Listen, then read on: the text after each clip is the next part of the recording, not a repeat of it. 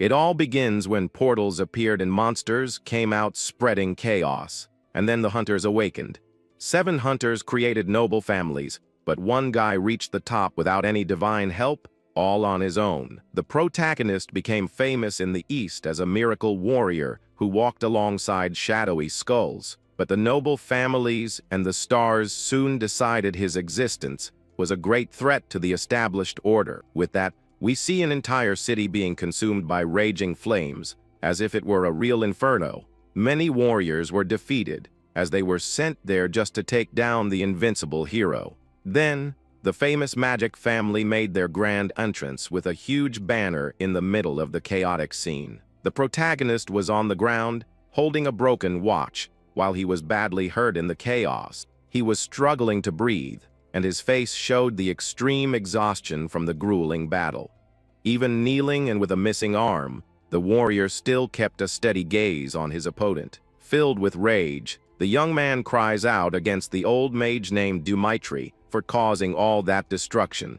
The enemy sat atop the rebel, arrogantly watching the disaster unfold. This mage was the embodiment of a powerful deity, and he mocked the unfortunate fate of the unprotected young man. The boy coughs weakly, and then questions why they're trying to get rid of him. He asks if the problem was his lack of a deity, or because he refused to join the nobles. The old man laughs and confirms both, saying the gods hate anyone who can become strong on their own. Then the old man states that the immortal king has power that rivals all of them, and that frightens the others. The young man thinks that excuse is complete nonsense and keeps his furious glare on the sorcerer. But his opponent explains that undead magic breaks the world's rules and offends the natural order. Then the mage begins to glow with a golden light, saying the heavens have abandoned the shadow warrior. The young man mocks the old man for hiding behind celestial power and warns him that he's been quiet for a reason. At that moment, he raises his hand, and a powerful dark energy begins to emanate from his battered body. Numerous bones scattered on the ground begin to tremble and glow with that same eerie purple aura. A whirlwind of dark magic sweeps through the area, showing that the hunter still had a few tricks up his sleeve. He then casts a secret technique, creating a huge domain of despair around the observing enemy. The old man quickly realizes this ability drains spirits as an army of skeletons begins to rise. Impressed by his remaining strength, the old man decides he'll also use his most destructive spell. The sorcerer summons the great eye of his deity and fires a golden beam down toward the ground. The protagonist looks up, surprised by the absurd attack coming straight to erase him from existence. The young man quickly realizes that if his shadow barrier can't take the impact, it'll be all over for him. A huge sphere of red light explodes with destructive and overwhelming energy. With that, a beam of power shoots toward the hunter at high speed, without hesitation. Even in what seems to be his final moments, the young man smiles and decides to risk it all on one last try. The old mage is shocked, not understanding the reason for that smile at a time like this. Then, the protagonist reveals a golden pocket watch he'd been holding in his hand. He then points the artifact at the spell, saying the item can interfere with time. A message appears, saying the object will return to the past because the requirements have been met. Then, a golden light erupts as time begins to reverse for the warrior. He explains that he didn't have a divine power, but he realized he could take the enemies. This way, the hunter uses the watch to absorb the mage's attack. As the old man watches in astonishment, Dmitri becomes desperate and yells, asking what on earth the immortal king was doing. The young man says he's going to borrow the divine power the old man was so proud of. With a confident smile, the young man promises that next time, he will crush the noble families. Right after that, the hands of the watch begin to spin backward rapidly. Then a very bright light fills the scene, taking the hunter's consciousness with it. After the flash, the first thing he sees is the ceiling of a simple, modern room. The protagonist wakes up startled in his bed, his whole body feeling very confused. He quickly puts a hand on his chest, feeling his heart beating fast as he looks around. But the warrior notices something familiar and recognizes that this was the house where he used to live. The place was the same, with the TV, the fridge, and all the furniture he remembered. Sitting on the bed, he looks at the watch and wonders if his plan really worked. Filled with anger, the young man vows to make the mage Dimitri pay for everything that happened. Then a blue screen shows that the watch is now broken and cannot be used again. Even so, the hunter smiles because his risky bet paid off in the end. He remembers that this was the day the system appeared, almost 10 years ago. Soon, a status screen shows his name and his level 1 stats as a beginner. The system then asks the young man to choose a starting class from 3 options. He notices that in the beginning, only the most basic classes are available for players. This time, the young man decides he won't rush and will survive at all costs. With that, the protagonist gets up and puts on a jacket, ready to use his knowledge. The young man heads to a large building known as the Natsuhabara Hunter Market. Inside, a friendly employee greets him with a welcome and a warm smile. The attendant starts talking about the items, but he interrupts her and asks for a rare ring. The saleswoman is clearly confused by the young man's question and gives him a strange look. She says that item is cursed, but the young man replies that he already knows and wants the price. Shortly after, the protagonist walks through the market after making his purchase at the store. The employee still asks if he really wants to buy it, despite all the risks. Opening the box, he knows that a cursed item like this wouldn't be worth that much. A blue screen shows the details of the Ring of Lesser Darkness and its terrible curse. Even knowing about the curse, he puts on the ring because he knows how to handle that problem. A dark aura appears because for those who resist, the item grants the power of necromancy.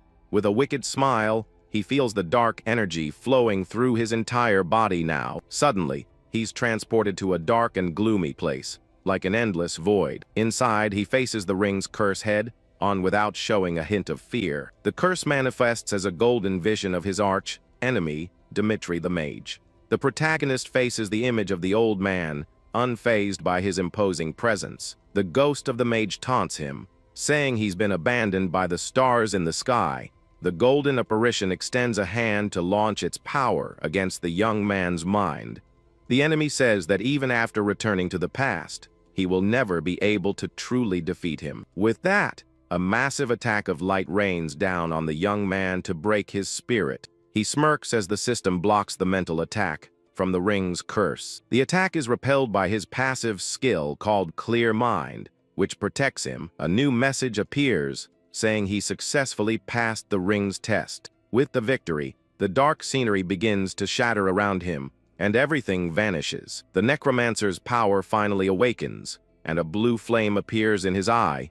A dark aura surrounds him, and he says he will create an army to rival the gods. The ring he's wearing evolves from rare to epic after he overcomes the curse. With a satisfied smile, he now holds his new dark ring on his finger. Then, the system opens the class screen, and he can choose from 4 options. He then taps on the Necromancer option, the class that channels power from souls. Then a purple aura surrounds him, and the class symbol appears in front of him. The hunter gains the passive ability, Guide of the Departed, which will help him greatly. Satisfied with his new power, he says he's off to a good start now. But looking at the skills screen, he realizes he only has 2 for now. The first raises the fallen, and the second is for controlling bones at will. The young man thinks that even with his knowledge, he can't use strong skills yet. He knows that following the system's rules won't lead him to maximum power. Becoming a necromancer this early was good, but it won't be enough for him. To defeat Mitri, he's going to need the power of an ancient constellation. With a plan in mind, the young man takes a plane and travels to a distant island. His destination is the famous and ancient temple of Cronus, the great god of time. There reside the constellations that lost their light after the defeat against Zeus. The titans who accepted the outcome could still act as deities. The warrior stands before an ancient stone tomb in that place. He remembers that the owner of the broken watch was one of these fallen gods. So, it's time to find this so-called constellation that is imprisoned. Without hesitation, he smashes the pocket watch on top of that ancient altar. A very strong golden light begins to emanate from the pieces of the artifact. With that, The ground shakes and the scenery around him completely shatters. The young man is taken to a huge hall with a beautiful stained glass window in the background. He looks around, and a mysterious voice asks who is in the chamber. A giant entity appears, furious, asking who dares to disturb it. But the hunter just smirks, showing no fear of the god. He then greets the god Cronus, the dethroned king of all titans. The deity of time stares at him with a serious and suspicious look, and the young man continues to hold the remains of the watch that brought him there. The titan then asks if it was the little human who managed to go back in time. With a smile, the young man confirms the deed, showing the remains of the watch.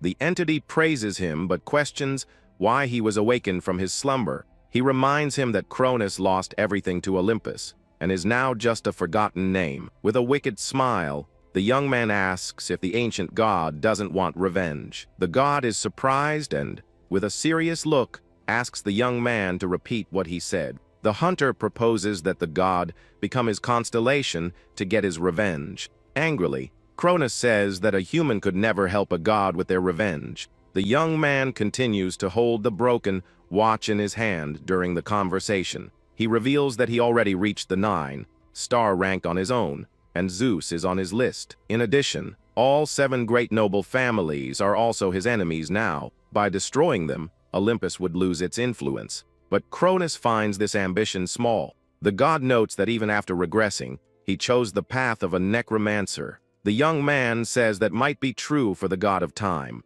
but not of the harvest. An ancient image shows that Cronus actually rules over both time and the harvest. His scythe is the symbol of the reaper, and both defy the natural order of the world. The titan becomes furious with his audacity and tells the human not to be so arrogant. The floor of that sacred place begins to tremble with the fury of the ancient deity, but the hunter shouts that this wasn't the time to care about that. He asks if the god is going to live forever, without his name and his divine power. The young man continues to taunt him, saying he would become weaker than Olympus. With that, he invites him to reclaim his power and destroy Olympus once and for all. In his thoughts, the young man knows that if his plan fails, he's in big trouble. With a smile, Cronus admits he never forgot his desire for revenge. The deity then decides to test if the boy can be the power behind it. Changing his divine nature will be a process of agony and pain for the young man.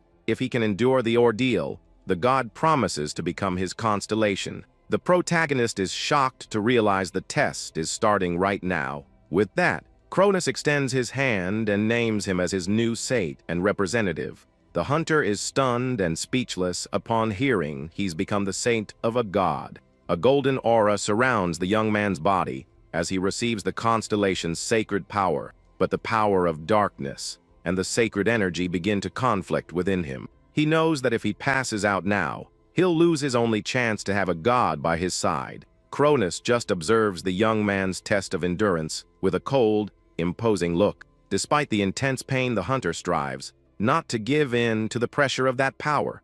With great determination, he forces himself to endure the divine ordeal to the end. After some time, we see the protagonist walking across the clean floor of an airport. He finally returns to Japan after successfully completing his trip. With a confident smile, the young man says Japan is the best place in the world. Just then, a small version of Cronus appears and asks if the world has changed much. The god floats around his new saint, commenting on the passage of time. A screen says a new star has appeared in the pantheon. The reaper has become the blue giant. The young man teases the god, saying he talks a lot for someone who can't give blessings. He thinks that even without power or followers, the deity seems quite happy about this. The titan returned using the concept of the reaper, but needs a reputation to gain power. Still, after an eternity of being trapped, it's natural for him to be so excited now. The god tells the young man to spread his name, and the hunter finds himself in a unique situation. He reflects that the saint class is the strongest, and Cronus turned him into a priest. His new class is the Saint of the White Knight, which has no penalties for necromancy. He can also convert sacred power into spiritual power and can use life drain. The young man realizes that using sacred and necromancer powers at the same time is rare. He thinks that using both abilities at once is a very broken power. The god says a saint is a representative, and the young man understands it was all calculated. The deity boasts about having been the king of the gods, and the warrior becomes thoughtful. With a smile, the young man decides that the Furojuku portal is a good choice. The ancient garden is a perfect place to test all his new powers. These portals that appeared in the world connect the Earth to other dimensions. They are classified as fluid and disappear when the dungeon boss is defeated, but fixed-type portals, like the ancient garden, exist forever. The garden is a 1-star portal, so it's easy for rookie hunters to enter. In front of the portal, several hunters are looking for a party to enter the dungeon.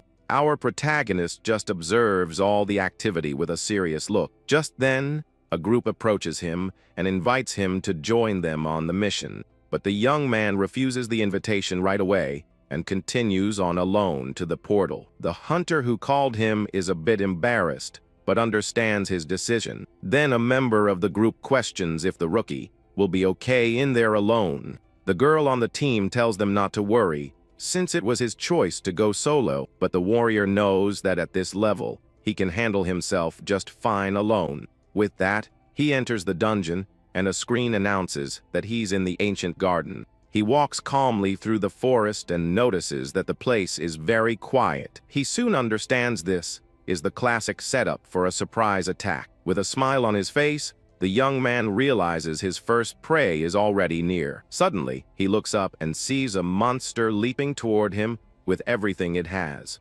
The small creature was a goblin that charges at him with a dagger. The monster tries to hit him with a quick strike, but the young man dodges it easily. The goblin then lets out a high-pitched scream as its body glows with an aura. The hero uses his ability and converts his spiritual power into sacred power. Then, the system screen shows all the details of his life drain skill. He activates the ability and sucks the life force from the goblin, which screams in pain. The hunter realizes that using both types of power feels quite similar in the end. With his hands on the monster's chest, he continues to drain all of its energy. A greenish aura surrounds him as he finishes his new technique there. Soon, the dried-up body of the goblin falls to the ground, and his base stats have increased. He gets excited seeing his attributes rise when he uses life drain. He then notes that the bonus for leveling up is 5 status points. With that, taking out 25 goblins is the same as him leveling up once.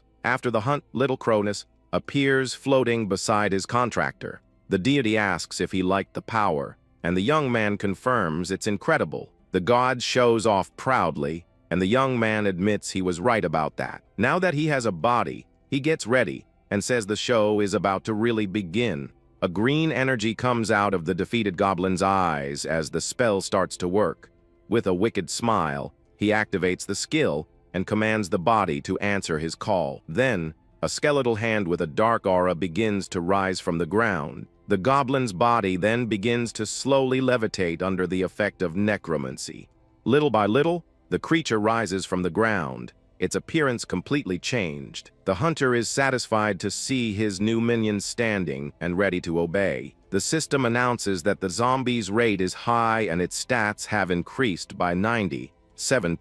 The monster is now a 1-star undead, ready for battle. With his new servant, he believes he can handle the work in the garden alone. So he and his new zombie companion head deeper into the forest together, but suddenly, a group of 3 goblins emerges from the woods with weapons in hand. The creatures soon spot the young man with his minion and prepare to attack. The young man thinks the situation is perfect for a test and sends his servant to charge the enemy. The zombie then dashes toward the other goblins at high speed without hesitation. It lands a solid punch right in the face of one of the enemies, breaking all its teeth. The other 2 goblins stab it in the back, but the zombie doesn't even feel the attack. Another monster tries a side slash, but the undead creature remains standing. The goblins are frightened, and the hero explains that stabbing a zombie won't take it down. Meanwhile, he takes advantage of the distraction and grabs one of the goblins by the neck. The young man lifts it and uses life drain to absorb its vital energy. His minion lands a powerful kick on the other goblin, sending it flying far away. The zombie turns and punches the last monster that was still standing. With savagery, the creature bites the enemy's neck without any mercy. The warrior stands over a body and wonders if he can drain its strength. He tests the skill and sees that it works on fallen bodies, and his stats increase again. With a confident smile, he decides it's now time to pick up the pace.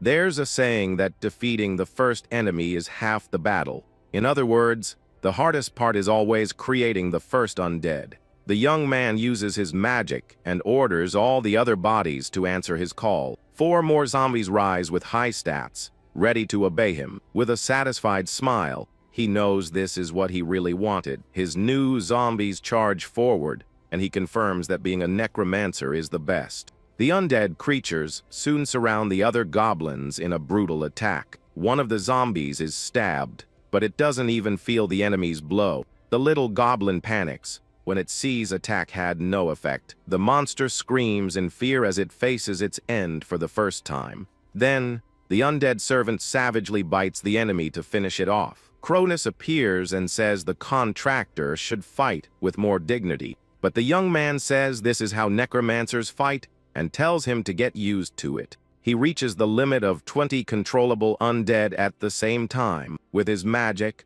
he prepares to absorb the energy from the fallen bodies.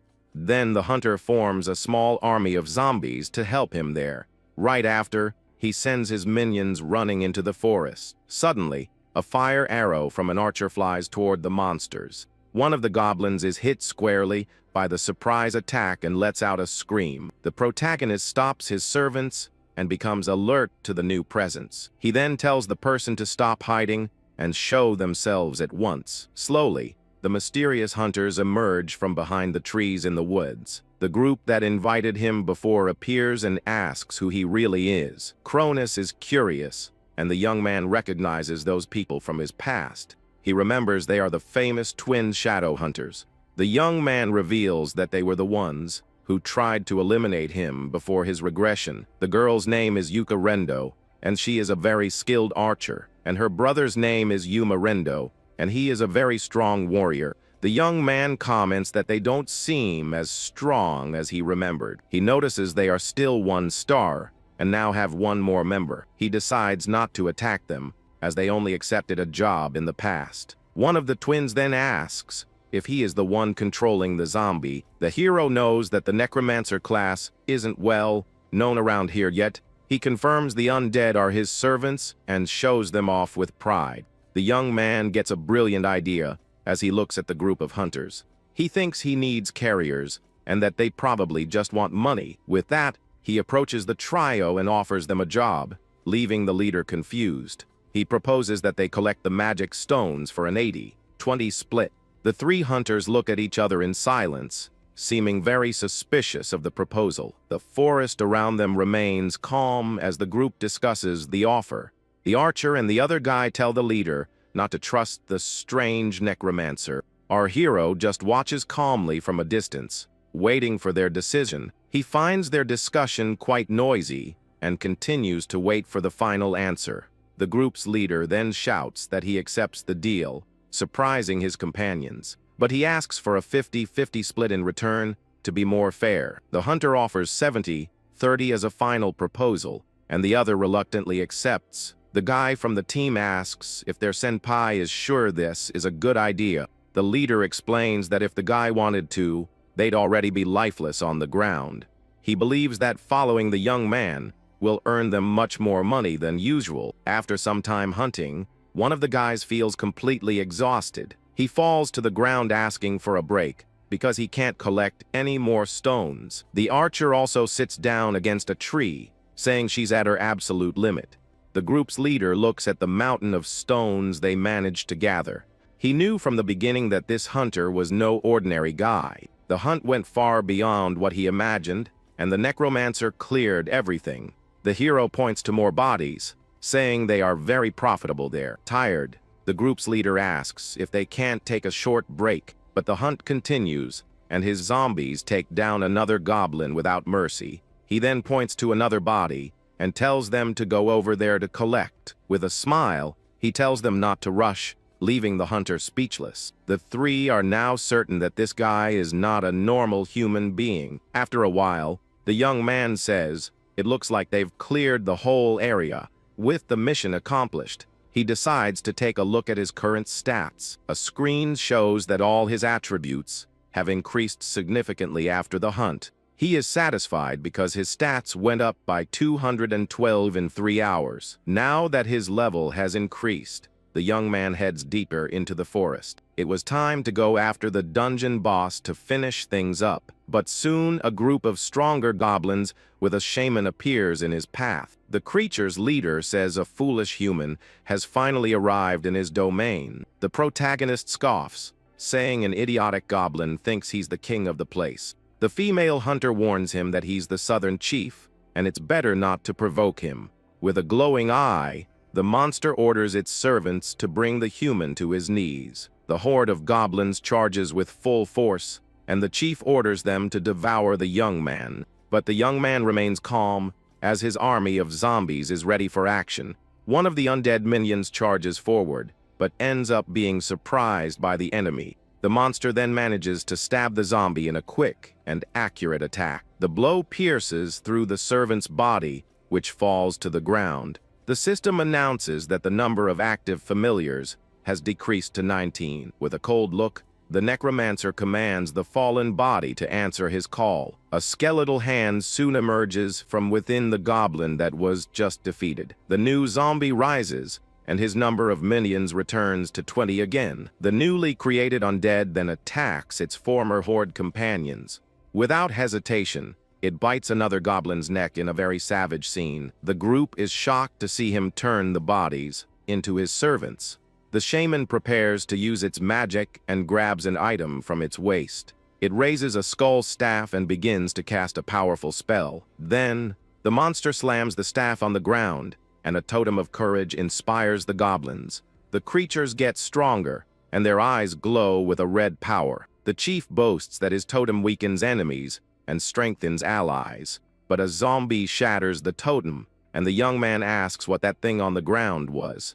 The monster turns in shock, unable to believe what just happened. Full of rage, it yells that a mere human destroyed its sacred totem. At that moment, the hunter's zombies place several staves on the ground. One of the creatures then uses a staff to forcefully attack another goblin. The hero's zombie then blocks the other monster's attack with the bone staff. The monster is surprised, not expecting its strike to be stopped. With a smile, the young man mocks the shaman and asks if he's frustrated. The goblin chief becomes furious and grips his bone staff tighter. He then activates the curse of madness, and a red aura appears in the area. The spell affects the trio of hunters, who feel a strong headache. With that, the goblins get stronger, and their attributes increase by 50. The now stronger monsters attack the zombies, and one of them is quickly defeated. The goblin horde continues the onslaught, and the number of servants keeps decreasing. In a short time, the young man's army is reduced to just 10 zombies. Soon, the ground is littered with undead bodies, and only 8 of them remain. The young man realizes the staff was that goblin chief's trump card. The shaman boasts that his staff is made from the grudges of goblins. But the young man notices an important detail and realizes the weapon is made of bone. With a smile, he understands that victory will now be much easier. He then activates his bone control ability to turn the tables. The chief is confused as his staff begins to tremble for no reason. Right after that, the weapon is ripped from his hands by an invisible force. The hero now holds the chief's weapon, and the curse in the area is broken. The monster is in shock and asks what on earth the human just did. With the curse broken, the goblins suddenly become weaker. He then uses bone control to manipulate the skull on the staff. The young man notes that the reaction speed is better because of the grudges. With a smile, he says the monster can have its weapon back.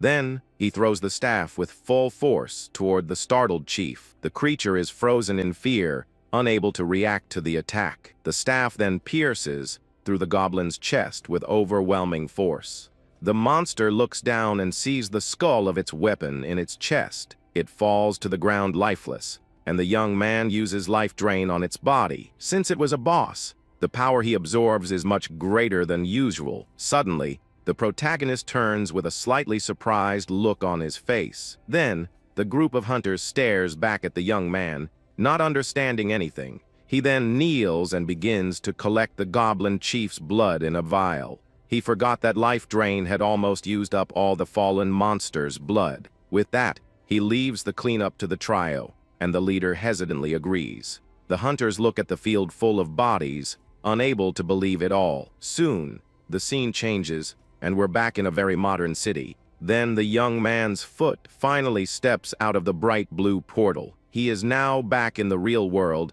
after finishing his mission in the dungeon. The trio follows him out, looking exhausted and carrying a huge backpack. The crowd is shocked by the amount of stones and doubts that it was just the four of them. The young man congratulates the trio and suggests selling the stones at a shop in Natsuabara. But the leader says that for a fair price, it's better for them to sell the materials themselves.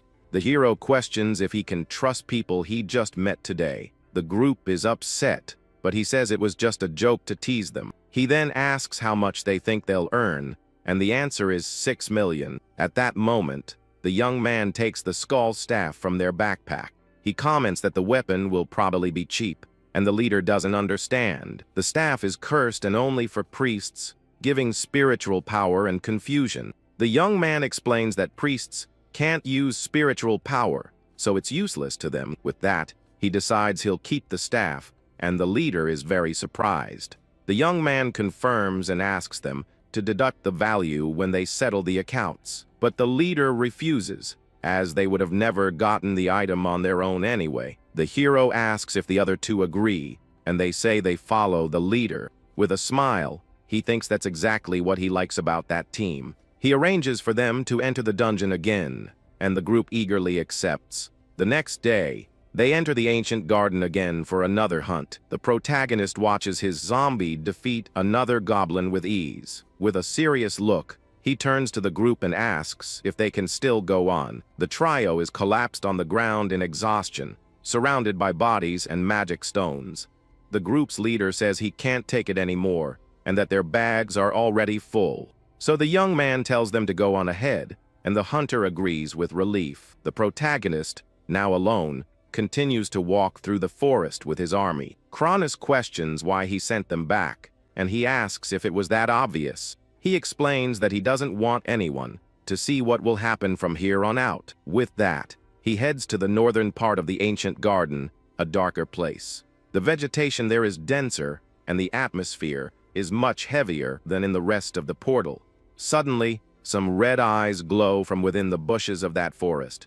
A horde of frogmen with spears leaps toward the young man to attack him. He then commands his army of zombies to advance, and the great battle begins. One of the minions bites one of the frogmen hard, filling it with venom. Another monster looks at its fallen companion in shock and gets distracted for a moment. A zombie stabs it from behind, but the frogman manages to counter the attack. The number of servants starts to decrease, as the creatures are much stronger. The frogmen prove to be very difficult opponents and give the zombies a hard time. The hero understands that they have higher stats than the goblins, so it makes sense. He then uses potion control and throws his bone staff with magic. The item hits one of the frogmen, and a system screen opens up right away. The creature's body becomes all oily, and it smiles in a very disgusting way. The young man is a bit unsettled by the frog monster's strange reaction. Then, he lands a powerful kick on the enemy to test his new ability. The staff increases piercing damage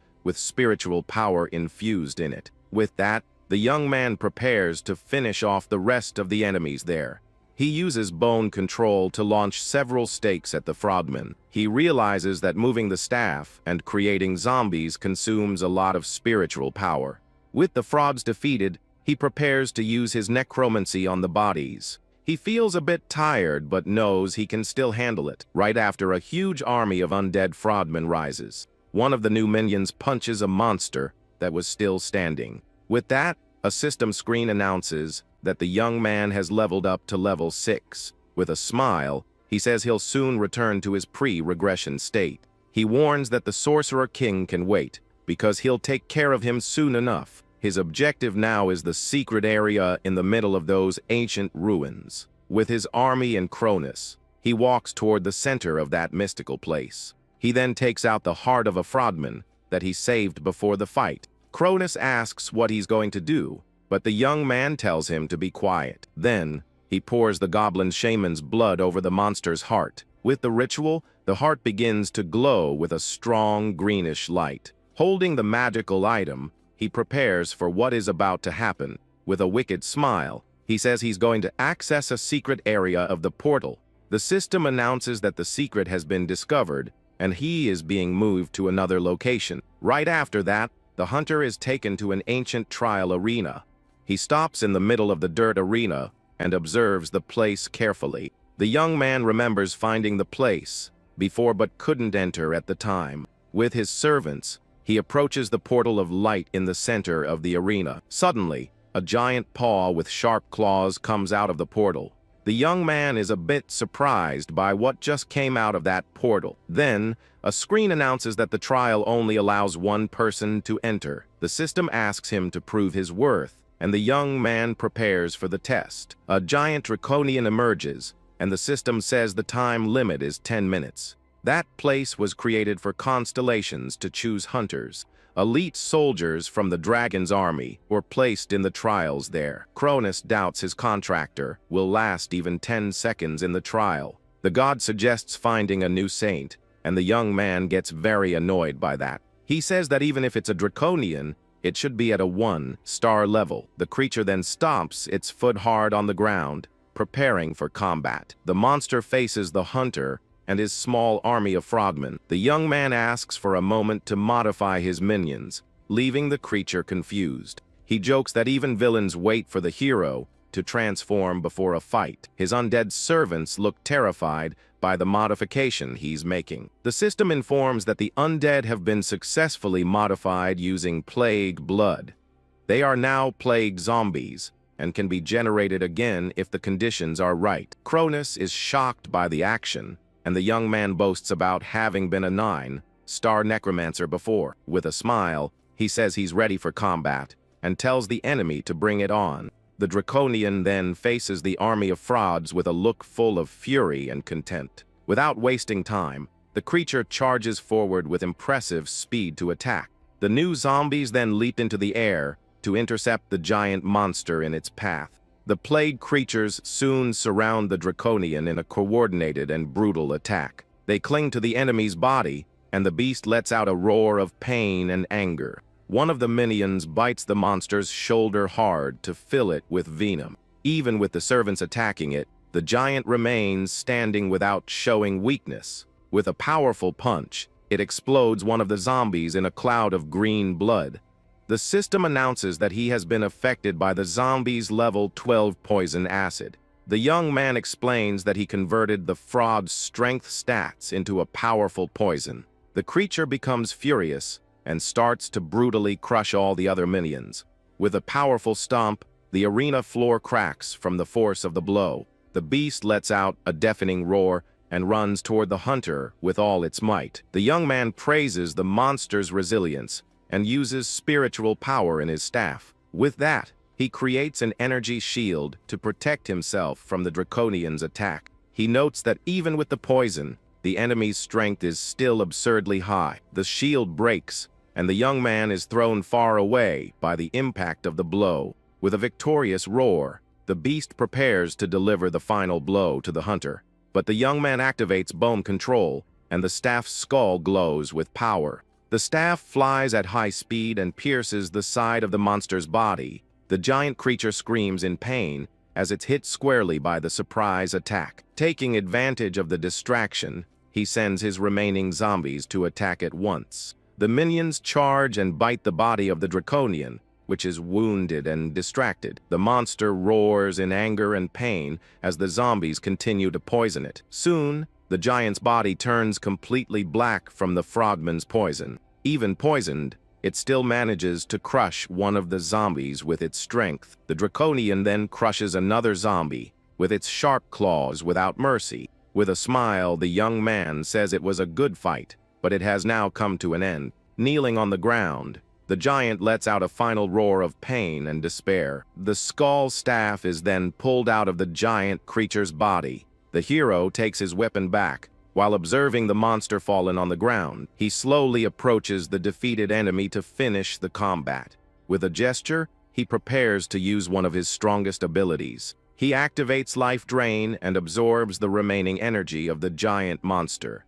The creature falls lifeless, and the system announces that the trial was completed successfully. Cronus praises the victory, and the young man says he was never in danger there. With that, he gains the mark of resistance as a reward for the trial. He smiles with satisfaction, as the new passive mark is a high-level power. The young man looks at the body and says the real reward is something else there. Cronus asks what he's going to do, and the young man prepares to use magic. He thinks that to create a good undead, he will need tools. The scene changes, and we are now in the city of Saitama on a sunny day. The hunter stops in front of an old warehouse with a determined look. He comments that the place hasn't changed at all since before his regression. Suddenly, a fiery explosion happens inside the warehouse, startling him. The young man coughs a bit from the smoke and says that not even that has changed in the end. Then, a young man with light hair also coughs on the other side of the smoke.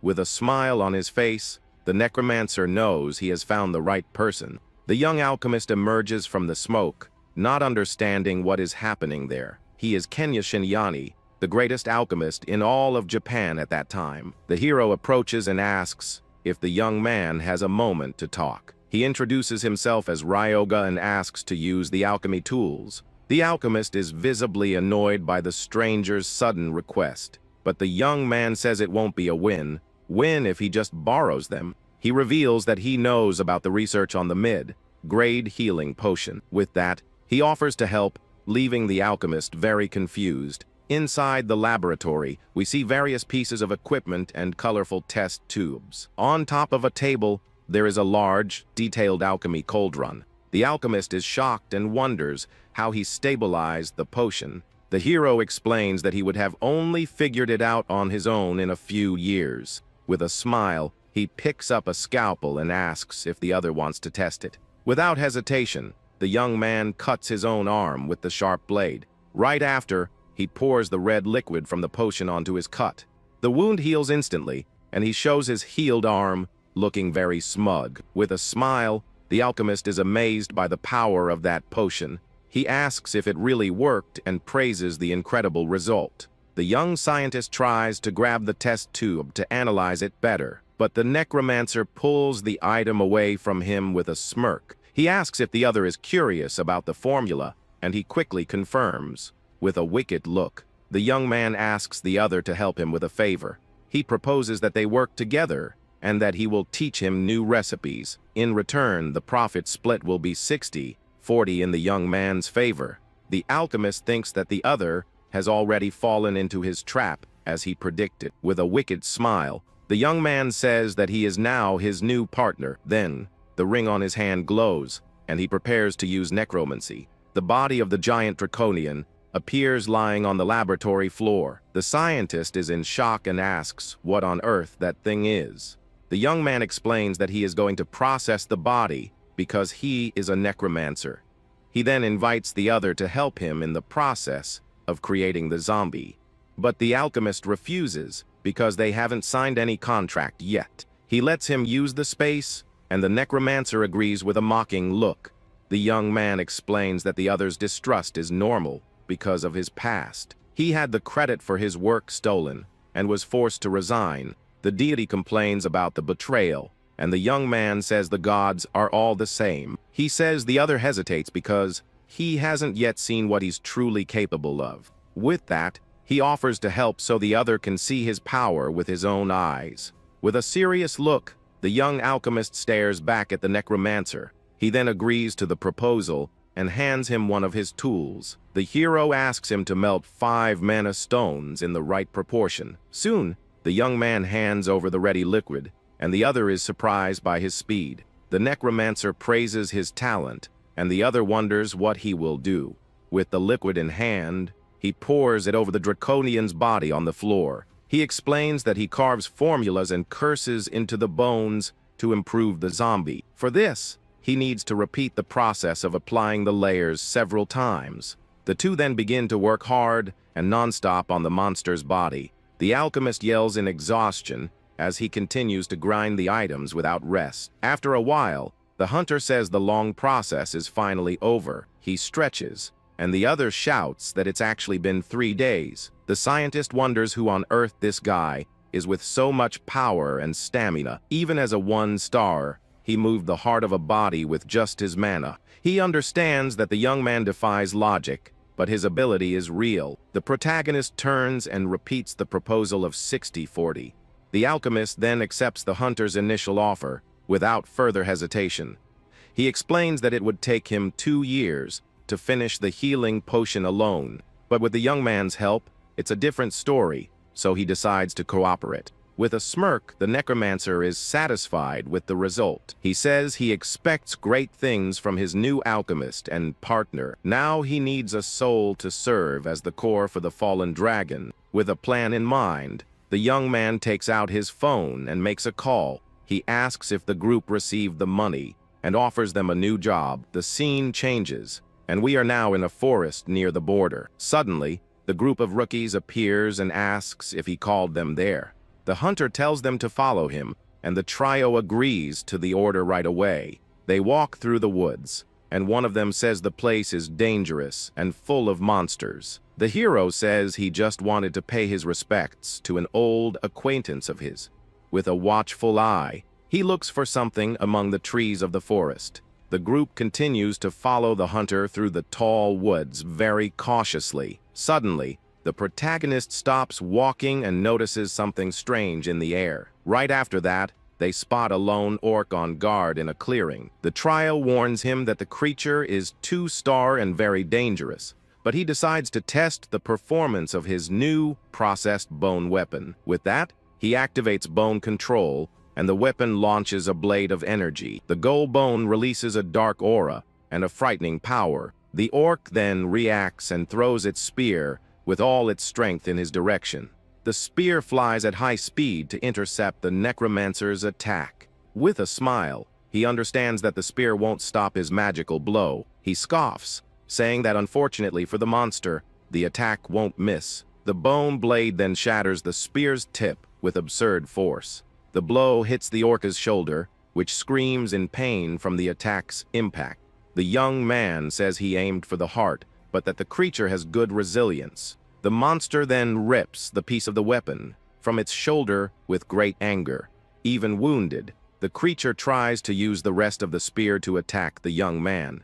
It charges with full force toward the hunter in a last desperate attempt, but the protagonist stands still, waiting for the right moment to counter-attack. Suddenly, a large explosion of fire hits the monster head-on. The group's leader protects himself with a shield, and the hero praises his timing. With a glowing eye, he prepares to use his magic on the enemy again. He then asks how about 3 instead of 1 and activates bone control. 3 bone tentacles soon restrain the wounded orca's body. The stakes pierce the monster in several places, finishing it off for good. With the creature defeated, the two observe the body lying on the forest floor. The group's leader is in shock, unable to believe he defeated the orc. The young man tells them not to stand around, because the real work starts now. The leader asks if he's sure this is the right way to go. He confirms, and his new orc zombie minion rises behind him to follow. The young man explains that the person he's looking for is in that orc village. In the distance, they spot a large village with several guards at the wooden gate. The leader asks if he's sure, as he thought they were going to pay their respects. The necromancer confirms with a "was." As his new orc servant stands by his side, he explains that the person they are looking for is in the monster settlement there. With a wicked smile, the young man says they can make some extra money from this. The trio of hunters is completely shocked by the young man's proposal. As time passes, the sun begins to set on the horizon of that forest. One of the orcs that attacked the group ends up falling lifeless in the middle of the woods. The protagonist then levels up to level 13, and his attributes increase. But the system warns that the absorption limit for that race has been reached. He thinks that he already imagined his ability wouldn't be infinite like that. With that, the hunter decides that for that day, the hunt was over. Back at the camp, he calls one of the female hunters over to talk. He then asks if she is ready, as 3 long days have passed. Soon, night falls, and the full moon illuminates the sky of the dark forest. Inside the tent, the leader says their stats have risen, and they will attack tomorrow. Outside, the trio agrees, and the leader asks the girl to stand watch. They say their goodbyes, and the young man's army of orc zombies stands guard there. 2 of the new minions stand in an alert position to protect the camp. Meanwhile, the 3 hunters sleep peacefully while the hero is away. The protagonist is sitting on a rock, observing the starry sky alone. He has finally leveled up and wants to see the knowledge he has unlocked. With that, the system takes him to the library of the ancient master of the departed. Inside, he approaches one of the books to get the information, but access is denied, and he needs to be level 45 to read it. He gets annoyed because he can only access the beginner necromancer guides. With a sigh, he thinks that it's still better than having nothing. The young man then sits on the floor and begins to read one of the available books. With great attention, he analyzes each page of that ancient magic book. His eyes glow with full focus as he absorbs the knowledge. At dawn, the system announces that a new ability has been learned by him. The next day, one of the hunters from the trio wakes up very lazily and sleepily. But he soon opens his eyes, startled by something that suddenly surprises him. One of the protagonist's orc zombies is staring at him up close with its glowing eyes. The young man gets scared and jumps back as the hero tells him to wake up at once. The group's leader questions the scare, but notices that the monster looks different today. With a smile, the young man says he just made some small improvements to his servants. His army now consists of armored zombies with much greater power and durability than before. The new skill creates bone armor and allows him to manipulate the flesh of the undead. With his new minions, he says it's time to go to the orc settlement. The sun begins to set on the horizon as the group prepares for the big invasion. With that, the team of hunters advances with the army of zombies toward the enemy village. They finally arrive at the orc settlement, which looks like a large fortress. From the top of the tower, one of the guards spots the group and sounds the invasion alarm. Several orcs with spears gather inside the gates, ready to defend the place. But the necromancer extends his hand and prepares to use his bone control there. Then, a strong explosion of energy shatters the wooden gate into several pieces. The guards who were there are thrown far away by the force of that magical attack. With a smile, he holds a bone spear and tells the monsters to stop with the noise. Suddenly, a giant orc with an axe emerges from within the smoke of the explosion. The creature lets out a furious roar as it prepares to attack the group of invaders.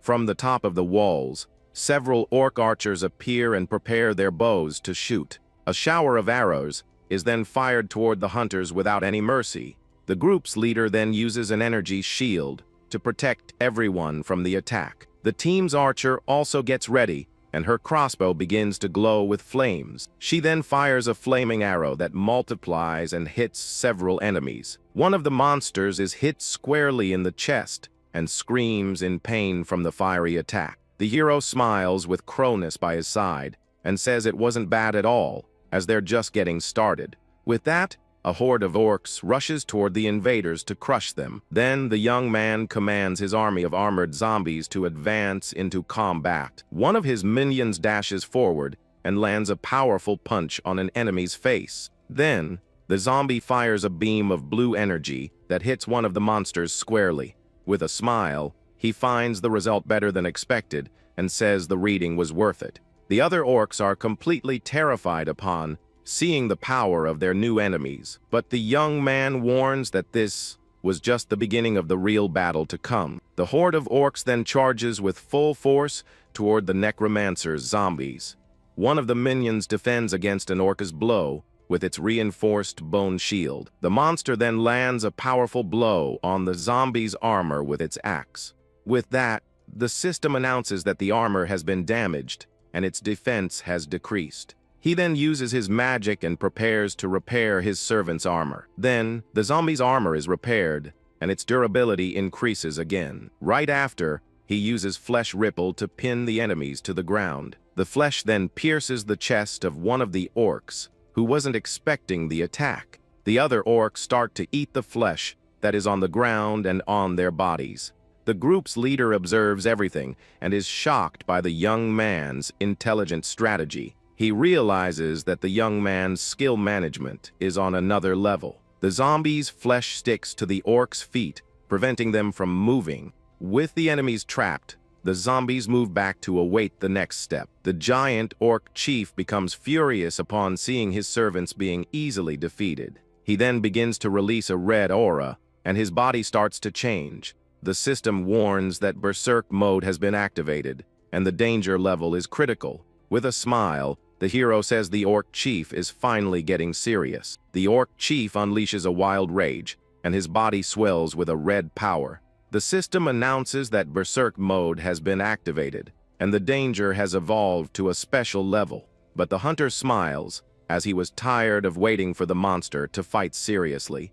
With a war cry, the creature swings its axe with all its might to attack. The blow is so powerful it cuts through the air and rushes toward the young man with full force. Unfazed, he extends his hand and activates his bone control ability. With that, enormous bone spikes shoot up from the ground to stop the enemy's attack. The monster is then pierced by several stakes that go through its body, trapping it. The giant creature then falls to its knees, completely immobilized by the attack. It realizes the bones are taking over its body and tries to resist. With a wicked smile, the young man says it's no use as his spiritual power is consumed. The monster screams in agony as the dark magic takes over its entire body. He tells it not to be pessimistic as the power consumption rises to 40%. The young man thinks that using 6 bones at once uses an absurd amount of spiritual power. He knows that if one bone comes loose,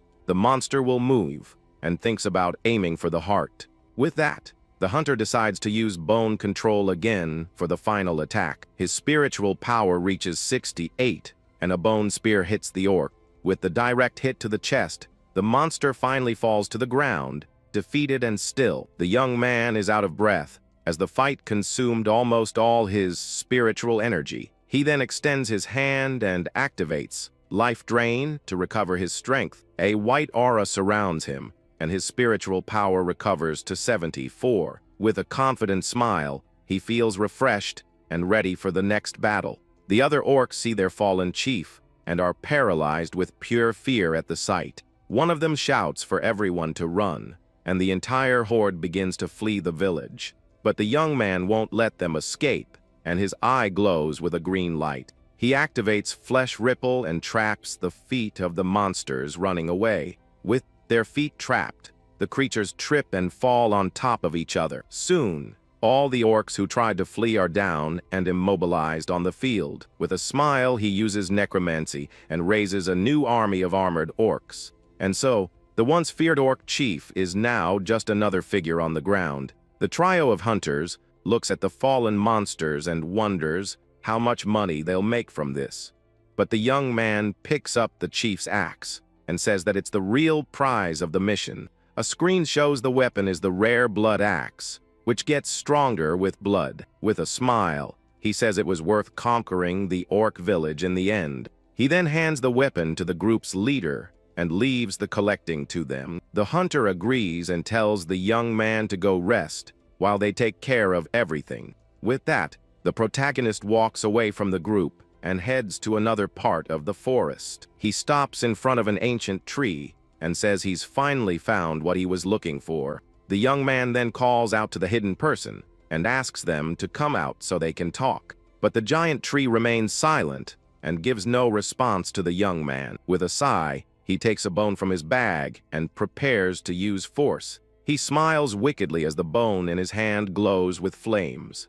With his eye glowing, he prepares to strike the tree with the magic bone. He then attacks the tree with all his might, and a green aura surrounds his powerful strike. Then, a dark energy explodes, and he wonders if he has to be aggressive with everyone. A shadowy figure with red eyes appears and asks who dares to disturb it. With a smile, the young man says he's happy to finally meet him for real. He calls him Sora Kashiwaji, the famous magic fighter, and the soul is surprised. The specter asks how the young man knows its name and eyes him with suspicion. The hunter says he knows he stopped a monster wave 35 years ago. A stone cenotaph appears as a memory of the ancient hero's deeds. Sora was a powerful warrior who had the talents of both a mage and a fighter. The soul then smiles and says that it seems his passing wasn't entirely in vain, but the young man comments that not everyone was lucky enough to leave a name behind. The ghost turns serious and asks what the young man means by that statement. He asks if the soul remembers Naruhedo,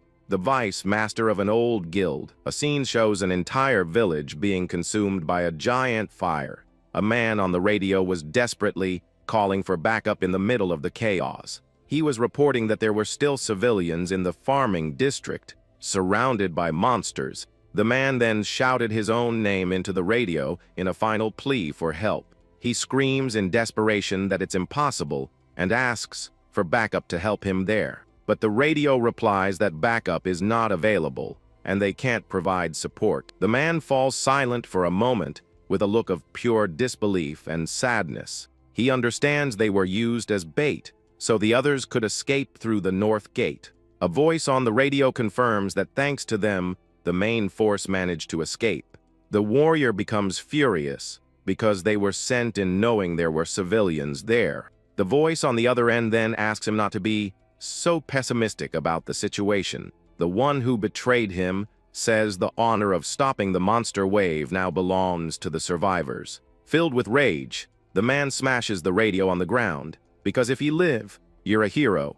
A monster then leaps toward a fallen civilian to finish them off, but the warrior uses dark magic and saves the person from the creature's attack. He then continues to fight to clear a path through the chaos and fire. The man orders his men to protect the civilians and escape from that place. His comrades hesitate for a moment, looking very concerned about him. He then yells in anger that it was an order and for them to go immediately. The soul explains that the man who sent him to his doom became a great hero. With that, all records related to him were completely erased from history. The protagonist says it's tragic because the one who passed away had his glory stolen. The specter gets furious and tells the young man to stop beating around the bush and get to the point. With a smirk, the young man offers to help the ancient hero get his revenge. The ghost stares at him, its red eyes glowing with hatred and suspicion. The young man proposes they form a contract for him to become a powerful undead. The ancient warrior's soul continues to stare at him in silence, filled with anger. The necromancer repeats the offer and invites him to join him as a servant. Then, the ring on his hand glows with a strong, greenish necromantic energy. He shows the draconian's body and says he has already prepared a vessel for the soul. The ghost looks at the monster's body, seeming very thoughtful about the offer. The soul admits that, in its current state, it hadn't even considered getting revenge on its enemies. He then accepts the offer, but says he has one condition to seal the deal. The ancient hero warns that he will refuse any act that harms innocent people. The young man thinks that the condition is the same as before, and that the hero's heart hasn't changed. Just as expected from a true hero, he thinks with an admiring smile. With that, the young man agrees to the condition and promises he won't break the deal. The soul then accepts the offer and says it will become his undead servant. The system announces that he has acquired possession of the earthbound spirit, Soku Kashiwaji. He remembers that before the regression, he turned the soul into a dread knight. Then, the young man wonders what would have happened if he had given it a strong body from the start. Kronos praises the draconian's body, saying it's a true masterpiece. A screen shows the new servant's status, who is now an incomplete eldritch dragon. The young man gets excited because the magic fighter trait didn't exist in the skeleton knight. The screen explains that the trait combines the aptitudes of a mage and a martial artist. He then asks the new servant how he feels in his dragon body. The creature stretches and says the body is inferior to the one he had in life. The hunter understands the servant is incomplete because of the curse formula used, but he smiles, satisfied, because this was a much better start than before. With his new minion, he turns, and the two of them start walking away from the village. Suddenly, the creature stops him, objecting to being called a minion in a very annoyed tone. At that, the dragon shrinks in size and stands with its arms crossed, looking angry. The hero asks what happened, and the servant says he didn't like being called a minion. The young man suggests using his real name, but the creature says it has already discarded its name. He thinks the servant is quite troublesome, and that his personality has changed a lot. The dragon asks for a name that intimidates opponents, but can't think of a good one. The young man suggests Fafnir, Black Dragon, and Tiamat, but the other one rejects all the names. Annoyed, he tells the servant to call himself Orochi, and the creature immediately refuses again. The hunter wonders if he should just punch him, and the dragon scoffs in disdain.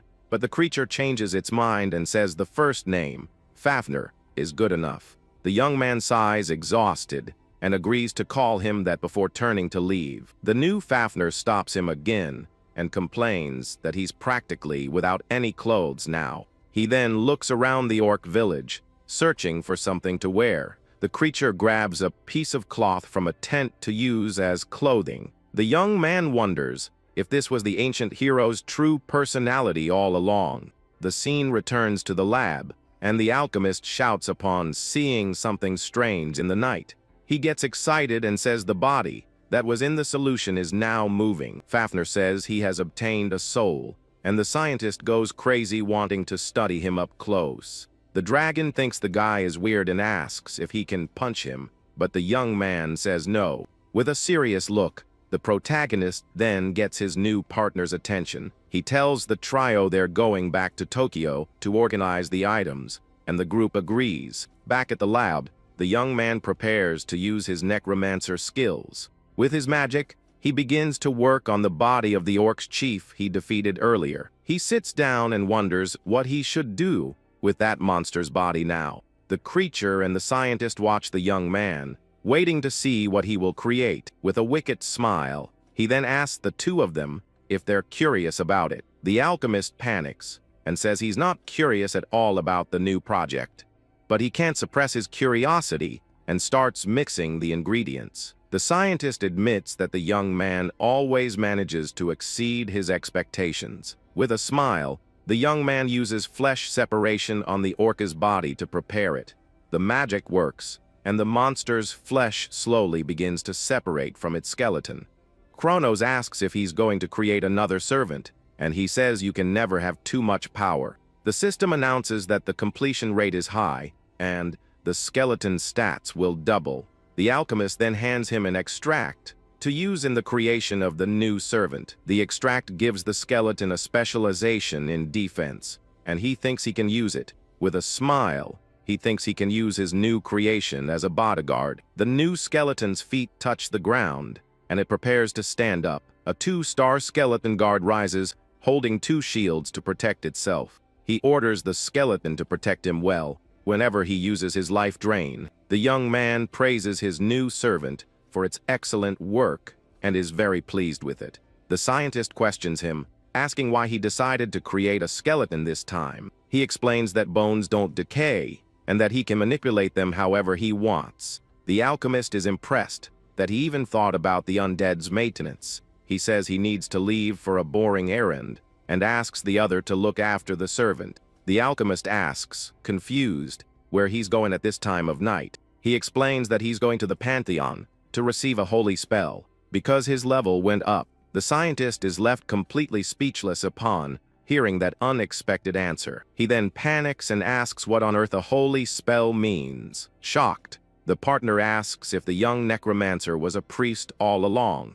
The image of a priest skeleton appears behind him, reinforcing the doubt. With Kronos by his side, he says he's actually a very devout believer. The alchemist yells that's impossible, and the young man says the comment hurt his feelings. He changes the subject and asks if the patent for the healing potion has been registered yet. The scientist confirms and the young man praises his speed, but he says he doesn't like to procrastinate. The partner explains that the problem is advertising, as the exhibition is not until next year. Hearing this, the hunter offers to promote the potions if he gets a chance. The alchemist agrees and immediately hands him a vial of the new potion to take with him. With a wicked smile, the young man says they'll make a fortune if everything goes right. He then imagines himself swimming in money and says that cash makes the world go round in the end. His partner watches him and wonders if that guy is really a priest. The scene changes to the Pantheon, a tower that appeared after the Great Cataclysm. Inside, people gather to receive spells and blessings from the constellations. He walks through the place and thinks it's the gods who demand offerings from their followers. But he doesn't feel any divine presence and finds it strange that there are valuable items on the ground. The young man starts to get out of breath from the long climb in that place. He then complains that there are no escalators or elevators around. The hunter wonders if he needs to show devotion by climbing 108 steps. With Kronos by his side, he complains that this is really tough and that he's very tired. The god asks how much is left, and he says it's the same distance they've already climbed. Then the young man realizes they are only halfway to the top. He gets annoyed and thinks there had better be a good reward for all this effort. With no other choice, the young man continues to climb the long stone staircase of the Pantheon. He finally arrives in a huge hall with a ceiling that shows the stars. With a serious expression, the protagonist observes the sacred place with great attention. Several constellations show reactions, and little Kronos starts to laugh at the situation. The god then takes his true form and says it's now his turn to act. He then looks at the starry sky and prepares to show his power. With a touch, he registers the giant of the defiant heavens in the pantheon of gods. With that, the young man acquires the spells Unholy Blessing and Wedge of Retribution. The skills increase stats and damage, and the young man says the power is very good. The ancient titan laughs proudly and boasts of his incredible divine greatness. But the system announces that the god's divinity is still weak and needs achievements. The star's light is faint, and the young man calls the system trash, making the god sad. Even so, he smiles because what matters is that he got stronger in the end. Soon after, the young man walks through the city streets with a very thoughtful look. He goes on his way calmly, observing the nightlife. Suddenly, a voice calls out to him and asks why he is leaving the Pantheon. A blonde, muscular guy named Shigeru Sadak appears and greets him. The hero looks at him with a confused expression and asks who he really is. The big guy says he looked after him at the orphanage and asks if he remembers now. The young man recognizes him as a piece of trash who used to shake down the other kids.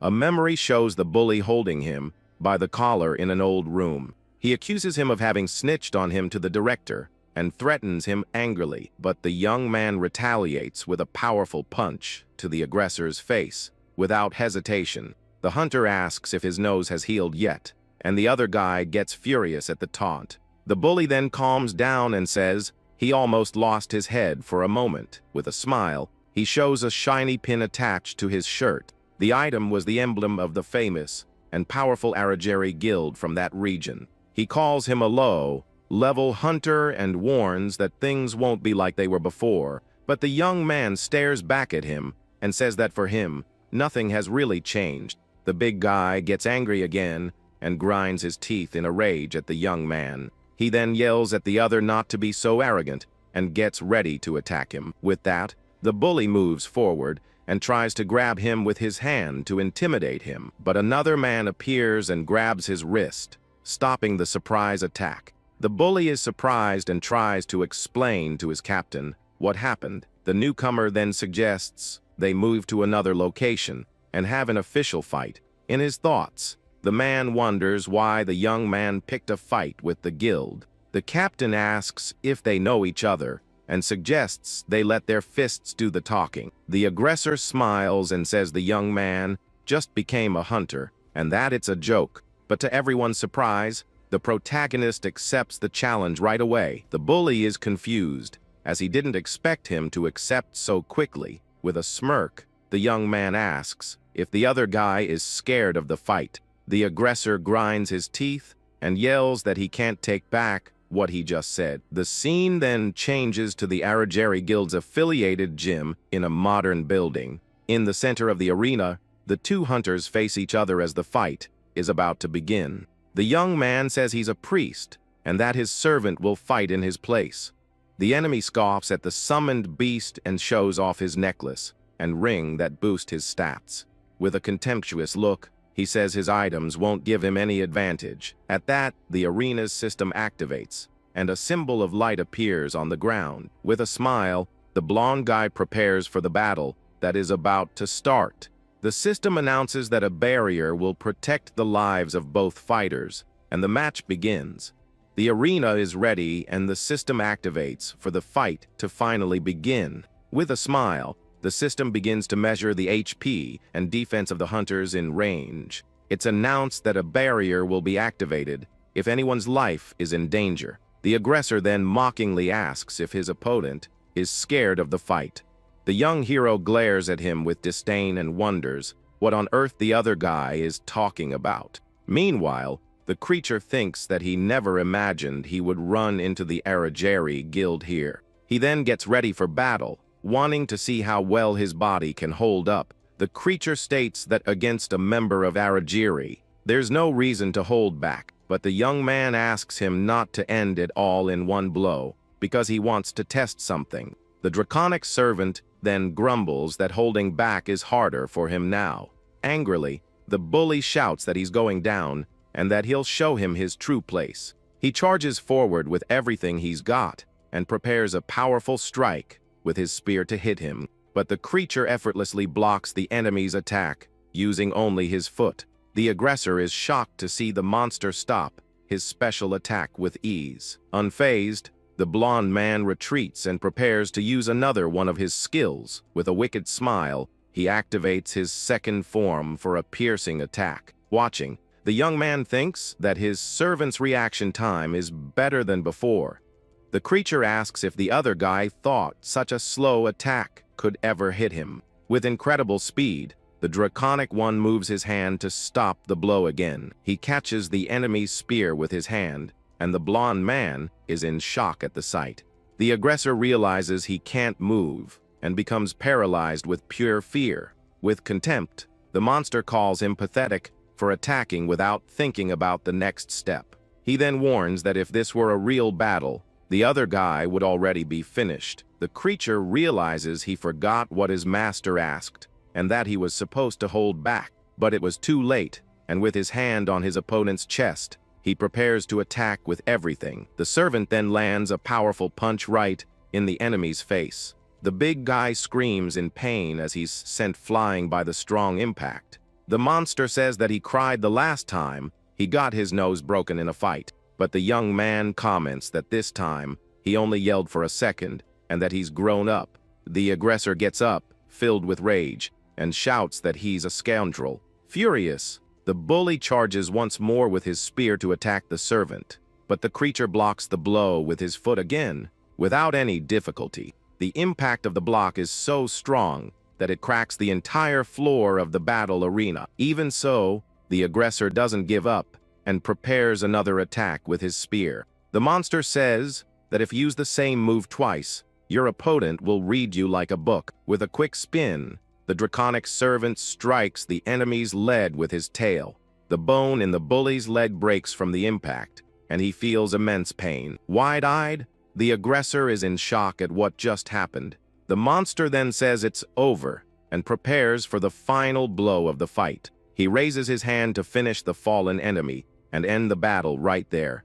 With tears in his eyes, the blonde man understands that the fight is really over for him, but the captain appears and tells the servant to stop the attack before it's too late. The protagonist gets annoyed because his plan was interrupted in the middle of the fight. In his thoughts, he says that they arrived faster than expected.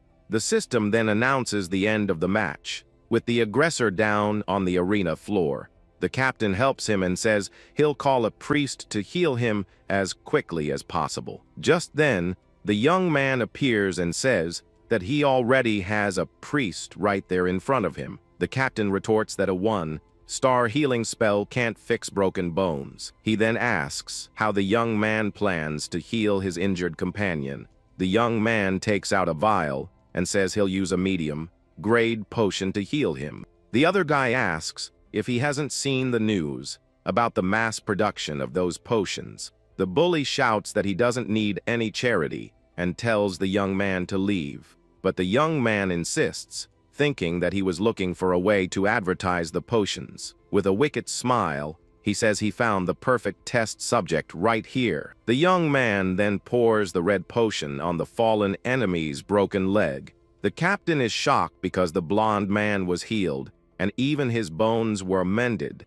With a look of desire, he thinks that he really wants that potion for himself. The hero smirks because his plan to sell the potions worked out perfectly. The other man asks where he bought those mass-produced potions. The protagonist thinks with a smile that his opponent took the bait perfectly. The young man asks if, being a captain, he must be a 3-star hunter. With a smile, he challenges him to a fight and says he'll tell him where he got the potion if he wins. That the captain accepts as long as he reveals the source of the potion, regardless of the final outcome. The young man says the last fight was too short, and that this time he'll fight with everything he has. With that, the two of them take their positions, and a new combat is about to begin in the destroyed arena.